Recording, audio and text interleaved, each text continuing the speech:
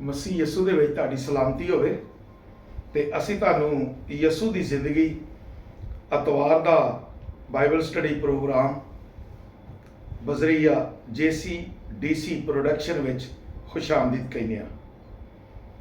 ਤੇ ਮੈਂ ਖੁਦਾ ਦਾ ਖਾਦਮ ਪਾਦਰੀ ਅਮਜਦ ਇਮਤਿਆਜ਼ ਖਾਨ ਤੁਹਾਡੇ ਕੋਲ ਹਾਜ਼ਰ ਹੋਇਆ। ਤੇ ਅੱਜ ਫਿਰ ਅਸੀਂ ਯਸੂ ਮਸੀਹ ਨੂੰ ਵੇਖਣ ਦੇ ਤਾਲੁਕ ਨਾਲ ਗੱਲ ਕਰਾਂਗੇ। ਅਸੀਂ ਪਿਛਲੇ ਦਿਨਾਂ ਦੇ ਵਿੱਚ ਬਾਈਬਲ ਦੇ ਵਿੱਚੋਂ ਵੇਖਿਆ ਸੀ ਕਿ ਚੰਦ ਕੁਝ ਯੂਨਾਨੀ ਲੋਕ ਯਸੂ ਨੂੰ ਵੇਖਣ ਲਈ ਆਏ। ਲੇਕਿਨ ਮੈਂ ਅੱਜ ਦੱਸਣਾ ਚਾਹਨਾ ਕਿ ਯਸੂ ਮਸੀਹ ਨੂੰ ਵੇਖਣ ਲਈ ਤੇ ਉਦੋਂ ਆਏ ਜਦੋਂ ਯਸੂ ਬੜੇ ਵੱਡੇ ਕੰਮ ਕਰਦਾ ਸੀ। ਵੱਡੇ ਕੰਮਾਂ ਤੋਂ ਮੇਰੀ ਮੁਰਾਦ ਕਿ ਉਹ ਅਜੀਬ ਕੰਮ ਜਿਹੜੇ ਯਸੂ ਮਸੀਹ ਦੇ ਜ਼ਰੀਏ ਯਸੂ ਮਸੀਹ ਦੇ ਹੱਥੋਂ ਹੁੰਦੇ ਸਨ ਪਏ। ਮੁਰਦੇ ਵੀ ਜ਼ਿੰਦਾ ਹੁੰਦੇ ਹਨ, ਬਿਮਾਰ ਲੋਕ ਵੀ ਸ਼ਿਫਾ ਪਾਉਂਦੇ ਹਨ ਤੇ ਲੋਕ ਬਰਕਤ ਵੀ ਪਾਉਂਦੇ ਹਨ। ਲੇਕਿਨ ਯੋਹੰਨਾ ਰਸੂਲ ਕਲਮ ਬੰਦ ਕਰਦਾ ਹੈ ਕਿ ਯਸੂ ਨੂੰ ਵੇਖਣ ਲਈ ਕੁਝ ਲੋਕ ਆਏ। ਲੇਕਿਨ ਮੈਂ ਜ਼ਰਾ ਤੁਹਾਨੂੰ ਅੱਜ ਥੋੜਾ ਜਿਹਾ ਪਿੱਛੇ ਲੈ ਕੇ ਜਾਣਾ ਚਾਹਨਾ ਕਿ ਕਿੰਨੀ ਦੇਰ ਤੋਂ ਲੋਕ ਯਸੂ ਨੂੰ ਵੇਖਣਾ ਚਾਹੁੰਦੇ ਸਨ ਤੇ ਆਸ ਲਾ ਕੇ ਬੈਠੇ ਸਨ ਕਿ ਯਸੂ ਆਉਣ ਵਾਲਾ ਹੈ ਤੇ ਅਸੀਂ ਯਸੂ ਨੂੰ ਵੇਖੀਏ। ਜਿਨ੍ਹਾਂ ਦੇ ਵਿੱਚ ਦਾਊਦ ਬਾਦਸ਼ਾਹ ਵੀ ਸ਼ਾਮਲ ਸੀ। ਬਾਈਬਲ ਕਹਿੰਦੀ ਹੈ ਕਿ ਦਾਊਦ ਬਾਦਸ਼ਾਹ ਬੜੀ ਵਾਰੀ ਆਂਦਾ, ਖੁਦਾਵੰਦ ਮੈਂ ਤੇਰੀ ਨਜਾਤ ਨੂੰ ਵੇਖਾਂ, ਯਾਨੀ ਯਸੂ ਨੂੰ ਵੇਖਾਂ, ਨਜਾਤ ਦਹਿੰਦੇ ਨੂੰ ਵੇਖਾਂ। ਯਸਾਇਆ ਪੇਸ਼ਨ ਗੋਈ ਕਰਦਾ ਹੈ ਕਿ ਨਜਾਤ ਦਹਿੰਦਾ ਆਉਣ ਵਾਲਾ ਜੇ, ਮੈਨੂਅਲ ਆਉਣ ਵਾਲਾ ਜੇ, ਕੁਮਾਰੀ ਮਰੀਮ ਤੋਂ ਪੈਦਾ ਹੋਏਗਾ। ਬੜਿਆਂ ਨੂੰ ਆਸ ਸੀ ਕਿ ਅਸੀਂ ਯਸੂ ਨੂੰ ਵੇਖੀਏ ਤੇ ਯਸੂ ਨੂੰ ਵੇਖਣ ਦੀ ਆਸ ਪੁਰਾਣੇ ਅਹਿਦਨਾਮੇ ਦੇ ਵਿੱਚ ਨਬੀਆਂ ਤੇ ਪੈਗੰਬਰਾਂ ਨੂੰ ਖੁਦ ਵੀ ਸੀ ਤੇ ਉਹ ਪੇਸ਼ਨ ਗੋਈਆਂ ਵੀ ਕਰਦੇ ਸਨ। ਲੇਕਿਨ ਅੱਜ ਮੈਂ ਤੁਹਾਡੀ ਨਵੇਂ ਅਹਿਦਨਾਮੇ ਦੇ ਵਿੱਚੋਂ ਕੋਈ ਦੱਸਣਾ ਚਾਹਨਾ ਕਿ ਯਹੂਦੀ ਤਾਰੀਖ ਇਸ ਕੰਮ ਨਾਲ ਭਰੀ ਹੈ ਕਿ ਯਸੂ ਮਸੀਹ ਯਾਨੀ ਮਸਾਇਆ ਆਉਣ ਵਾਲਾ ਹੈ। ਤੇ ਜਿਨ੍ਹਾਂ ਵੇਖਿਆ ਉਹ ਤੇ ਖੁਸ਼ਕਿਸਮਤ ਸਨ ਤੇ ਜਿਨ੍ਹਾਂ ਵੇਖ ਕੇ ਪਛਾਣਿਆ ਨਹੀਂ ਉਹ ਵੱਡੇ ਬਦਕਿਸਮਤ ਸਨ ਕਿ ਉਹਨਾਂ ਵੇਖਿਆ ਤੇ ਜ਼ਰੂਰ ਲੇਕਿਨ ਪਛਾਣਿਆ ਨਹੀਂ। ਤੇ ਜਿਹੜੇ ਮੁਖਾਲਫਤ ਕਰਦੇ ਸਨ ਉਹ ਉਸ ਤੋਂ ਜ਼ਿਆਦਾ ਬਦਕਿਸਮਤ ਲੋਕ ਸਨ। ਇਸ ਲਈ ਕਿ ਉਹ ਯਸੂ ਮਸੀਹ ਦੀ ਮਸਾਇਆ ਦੀ ਮੁਖਾਲਫਤ ਕਰਦੇ ਰਹੇ ਲੇਕਿਨ ਉਹਨਾਂ ਕਬੂਲ ਨਹੀਂ ਕੀਤਾ। ਲੇਕਿਨ ਮੈਂ ਤੁਹਾਨੂੰ ਯਸੂ ਦੀ ਪੈਦਾਇਸ਼ ਤੋਂ ਪਿੱਛੇ ਲੈ ਕੇ ਜਾਣਾ ਚਾਹੁੰਦਾ। ਬਾਈਬਲ ਦੱਸਦੀ ਹੈ, ਖੁਦਾ ਦਾ ਕਲਾਮ ਦੱਸਦਾ ਹੈ ਕਿ ਹੈਕਲ ਦੇ ਵਿੱਚ ਇੱਕ ਸ਼ਖਸ ਸੀ, ਇੱਕ ਨਬੀ ਸੀ ਜਿਹੜਾ ਯਸੂ ਮਸੀਹ ਨੂੰ ਵੇਖਣਾ ਚਾਹੁੰਦਾ ਸੀ ਤੇ ਉਹਨੂੰ ਦੱਸਿਆ ਗਿਆ ਸੀ ਕਿ ਤੂੰ ਓਨੀ ਦੇਰ ਤੱਕ ਨਹੀਂ ਮਰੇਗਾ ਜਿੰਨੀ ਦੇਰ ਤੱਕ ਤੂੰ ਯਸੂ ਨੂੰ ਵੇਖੇਗਾ ਨਹੀਂ। ਬਲਕਿ ਉਹਦੀ ਜ਼ਿੰਮੇਵਾਰੀ ਲਾ ਦਿੱਤੀ ਗਈ ਕਿ ਹੈਕਲ 'ਚ ਲੈ ਕੇ ਆਉਣਗੇ ਤੇ ਤੂੰ ਉਹਨੂੰ ਬਰਕਤ ਦੀ ਦੁਆ ਦੇਣੀ।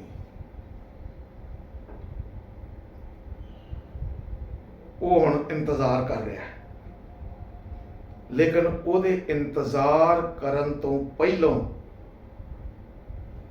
ਜ਼ਰਾ ਵੇਖੋ ਬਾਈਬਲ ਦੇ ਵਿੱਚ, ਖੁਦਾ ਦੇ ਕਲਾਮ ਦੇ ਵਿੱਚ ਯਸੂ ਨੂੰ ਵੇਖਣ ਲਈ ਕਿੰਨੇ ਲੋਕ ਤਿਆਰ ਨੇ।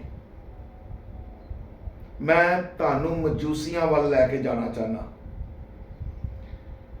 ਤਾਰੀਖ ਦੱਸਦੀ ਏ ਕਿ ਕਈ ਮਜੂਸੀ ਆਏ, ਉਹ ਘਰੋਂ ਟੁਰ ਪਏ ਨੇ ਲੇਕਿਨ ਕਈ ਟਾਈਮ ਤੇ ਨਹੀਂ ਪਹੁੰਚ ਸਕੇ ਤੇ ਕਈ ਦੇਰ ਨਾਲ ਪਹੁੰਚੇ ਨੇ।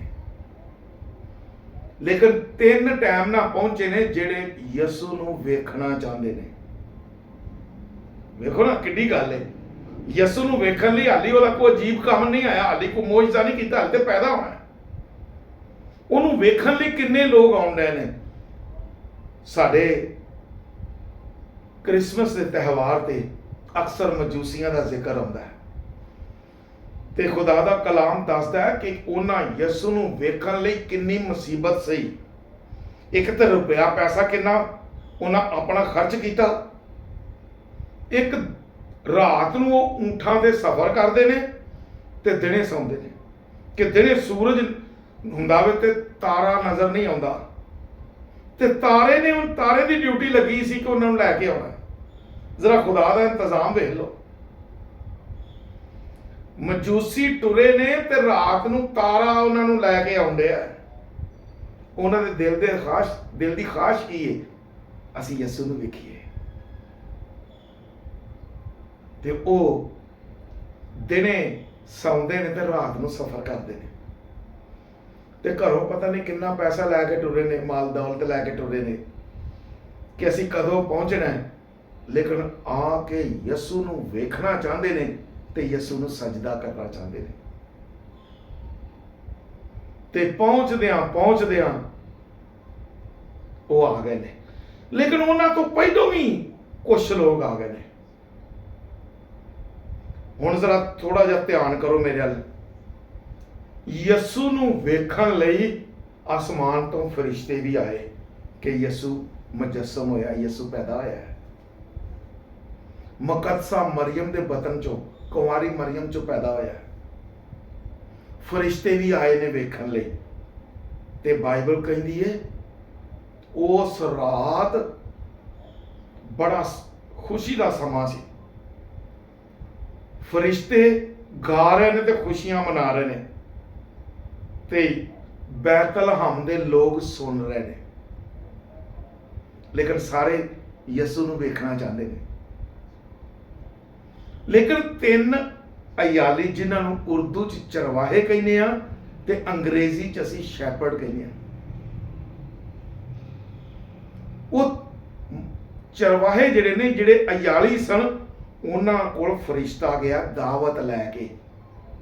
ਖੁਦਾ ਵੱਲੋਂ ਦਾਵਤ ਕਿਹਨਾਂ ਨੂੰ ਸੀ?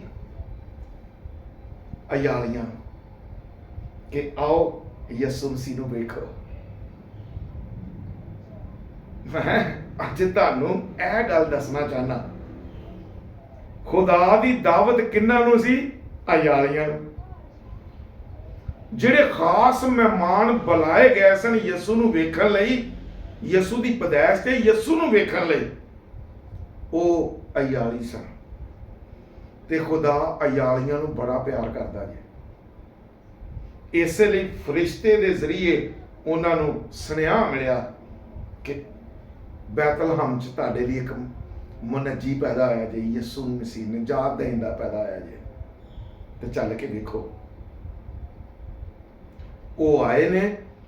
ਫਰਿਸ਼ਤਿਆਂ ਤੋਂ ਬਾਅਦ ਜਿਹੜੇ ਉੱਥੇ ਲੋਕ ਬੈਠੇ ਸਨ ਉਹਨਾਂ ਤੇ ਯਿਸੂ ਨੂੰ ਵੇਖਿਆ। ਲੇਕਿਨ ਜਿਹੜੇ ਸ਼ਹਿਰੋਂ ਬਾਹਰੋਂ ਸਪੈਸ਼ਲ ਬੁਲਾਏ ਗਏ ਉਹਨਾਂ ਦੇ ਵਿੱਚ ਉਹ ਅਯਾਲੀ ਸਨ, ਚਰਵਾਹੇ ਸਨ, ਜਿਹੜੇ ਸਾਰਾ ਕੁਝ ਛੱਡ ਕੇ ਤੇ ਯਿਸੂ ਨੂੰ ਵੇਖਣ ਲਈ ਆਏ। ਦੇਖੋ, ਮੈਂ ਇਹ ਦੱਸਣਾ ਚਾਹਨਾ ਕਿ ਨਬੀਆਂ ਪੈਗੰਬਰਾਂ ਨੂੰ ਤਾਂ ਪਤਾ ਸੀ ਕਿ ਯਿਸੂ ਦੀ ਪੈਦਾਇਸ਼ ਹੋਣ ਵਾਲੀ ਹੈ, ਲੇਕਿਨ ਉਹਨਾਂ ਨੂੰ ਕੀ ਪਤਾ? ਉਹ ਤਾਂ ਸ਼ਹਿਰੋਂ ਬਾਹਰ ਰਹਿੰਦੇ ਹਨ। ਉਹ ਸ਼ਹਿਰੋਂ ਬਾਹਰ ਰਹਿੰਦੇ ਹਨ ਤਾਂ ਉਹਨਾਂ ਨੂੰ ਕੋਈ ਪਤਾ ਨਹੀਂ। ਉਹ ਤੇ ਆਪਣੇ ਭੇਡਾਂ, ਬੱਕਰੀਆਂ, ਮਾਲੋ ਜਾਨਵਰ ਨੂੰ ਵੇਂਦੇ ਸਨ, ਅੱਗੇ ਕਿਸੇ ਨੂੰ ਕੋਈ ਲੰਮ ਨਹੀਂ ਸੀ। ਲੇਕਿਨ ਉਹ ਕੀ ਕਰ ਰਹੇ ਨੇ? ਯਿਸੂ ਨੂੰ ਵੇਖਣਾ ਚਾਹੁੰਦੇ ਨੇ, ਯਿਸੂ ਨੂੰ ਵੇਖਣ ਲਈ ਆਏ ਨੇ। ਤੇ ਯਿਸੂ ਨੂੰ ਵੇਖਣ ਦੇ ਨਾਲ ਨਾਲ ਉਹਨਾਂ ਸਜਦਾ ਵੀ ਕੀਤਾ ਹੈ, ਲੇਕਿਨ ਉਹਦੇ ਨਾਲ ਇੱਕ ਹੋਰ ਕੰਮ ਵੀ ਕੀਤਾ ਉਹਨਾਂ ਨੇ। ਯਿਸੂ ਨੂੰ ਸਜਦਾ ਕੀਤਾ ਤੇ ਵੇਖਿਆ ਤੇ ਫਿਰ ਟੁਰ ਗਏ ਨੇ। ਤੇ ਫਿਰ ਮਜੂਸੀ ਆਏ ਨੇ ਵੇਖਣ ਲਈ। ਮਜੂਸੀ ਆਏ ਨੇ ਵੇਖਣ ਲਈ ਜਿਹੜੇ ਇਲਮੇ ਨਜੂਮ ਦੇ ਮਾਹਿਰ ਤੇ ਦਾਨਿਸ਼ਵਰ ਲੋਕ, ਪੜ੍ਹੇ ਲਿਖੇ, ਗ੍ਰੈਜੂਏਟ, ਜਿਹੜੇ ਇਲਮੇ ਨਜੂਮ ਤੋਂ ਵਾਕਿਫ ਸਨ, ਉਹ ਯਿਸੂ ਨੂੰ ਵੇਖਣਾ ਚਾਹੁੰਦੇ ਨੇ ਤੇ ਯਿਸੂ ਨੂੰ ਵੇਖਣ ਲਈ ਆਏ। ਤੇ ਯਿਸੂ ਨੂੰ ਵੇਖ ਕੇ ਜਦੋਂ ਤੇ ਉਹਨਾਂ ਸਜਦਾ ਕੀਤਾ ਤੇ ਬੜੇ ਖੁਸ਼ ਹੋਏ। ਤੇ ਯਿਸੂ ਨੂੰ ਵੇਖਣ ਲਈ ਇੱਕ ਹੋਰ ਵੀ ਸੀ, ਇੱਕ ਹੋਰ ਸ਼ਖਸ ਵੀ ਸੀ ਜਿਹੜਾ ਯਿਸੂ ਨੂੰ ਵੇਖਣਾ ਚਾਹੁੰਦਾ ਸੀ, ਲੇਕਿਨ ਉਹ ਯਿਸੂ ਨੂੰ ਮਾਰਨਾ ਵੀ ਚਾਹੁੰਦਾ ਸੀ। ਉਹਦਾ ਨਾਮ ਹੈਰੋਦੀਸ ਸੀ। ਹੈਰੋਦੀਸ ਯਿਸੂ ਨੂੰ ਵੇਖਣਾ ਚਾਹੁੰਦਾ ਸੀ, ਲੇਕਿਨ ਇਸ ਬਹਾਨੇ ਕਤਲ ਵੀ ਕਰ ਦੇਣਾ ਚਾਹੁੰਦਾ ਸੀ। ਲੇਕਿਨ ਇੱਕ ਦੌਰ ਆਇਆ ਕਿ ਉਹ ਹੈਰੋਦੀਸ ਮਰ ਗਿਆ, ਤੇ ਫਿਰ ਉਹਦਾ ਹੀ ਬੇਟਾ, ਉਹਦਾ ਹੀ ਪੁੱਤਰ ਇੰਤਪਾਸ ਜਿਹੜਾ ਸੀ, ਉਹਦਾ ਪੁੱਤਰ ਉਹ ਹੈਰੋਦੀਸ ਬਣਿਆ, ਤੇ ਅਰਖਲਾਉਸ ਵੀ ਬਣਿਆ, ਉਹਦੇ ਪੁੱਤਰ ਸੀ। ਇੱਕ ਫਿਲਿਪਸ ਸੀ, ਉਹ ਵੀ, ਇਹ ਤਿੰਨੇ ਗਵਰਨਰ ਬਣੇ। ਲੇਕਿਨ ਜਿਹੜਾ ਗਲੀਲ ਦਾ ਸੀ ਨਾ ਸੂਬੇ ਦਾ, ਉਹ ਯਿਸੂ ਨੂੰ ਵੇਖਣਾ ਚਾਹੁੰਦਾ ਸੀ ਕਿ ਯਿਸੂ ਦੇ ਮੋਜੇ ਤੇ ਯਿਸੂ ਦੇ ਕੰਮ ਵੇਖ ਕੇ, ਤੇ ਉਹ ਚਾਹੁੰਦਾ ਸੀ ਕਿ ਮੈਂ ਯਿਸੂ ਨੂੰ ਵੇਖਾਂ, ਲੇਕਿਨ ਨਹੀਂ ਵੇਖ ਸਕਿਆ। ਉਹਨੇ ਵੇਖਿਆ ਤਾਂ ਉਦੋਂ ਵੇਖਿਆ ਜਦੋਂ ਯਿਸੂ ਮਸੀਹ ਨੂੰ ਹੱਥ ਕੜੀਆਂ ਲਾ ਕੇ ਲੈ ਗਏ ਨੇ, ਤੇ ਉਹਨੇ ਵੀ ਮਜ਼ਾਕ ਹੀ ਉਡਾਇਆ। ਯਿਸੂ ਦੀ ਕੁਦਰਤ ਨੂੰ ਤਾਂ ਵੇਖਿਆ ਉਹਨੇ, ਸੁਣਿਆ ਵੇ, ਲੇਕਿਨ ਉਹ ਯਿਸੂ ਦਾ ਈਮਾਨ ਨਹੀਂ ਲਿਆਇਆ। ਇਸ ਤਰ੍ਹਾਂ ਯਿਸੂ ਨੂੰ ਵੇਖਣ ਲਈ ਇਹ ਯੂਨਾਨੀ ਲੋਕ ਵੀ ਆਏ ਨੇ, ਜਿਹੜੇ ਦਾਨਿਸ਼ਵਰ ਤੇ ਪੜ੍ਹੇ ਲਿਖੇ ਤੇ ਗ੍ਰੈਜੂਏਟ ਸਨ।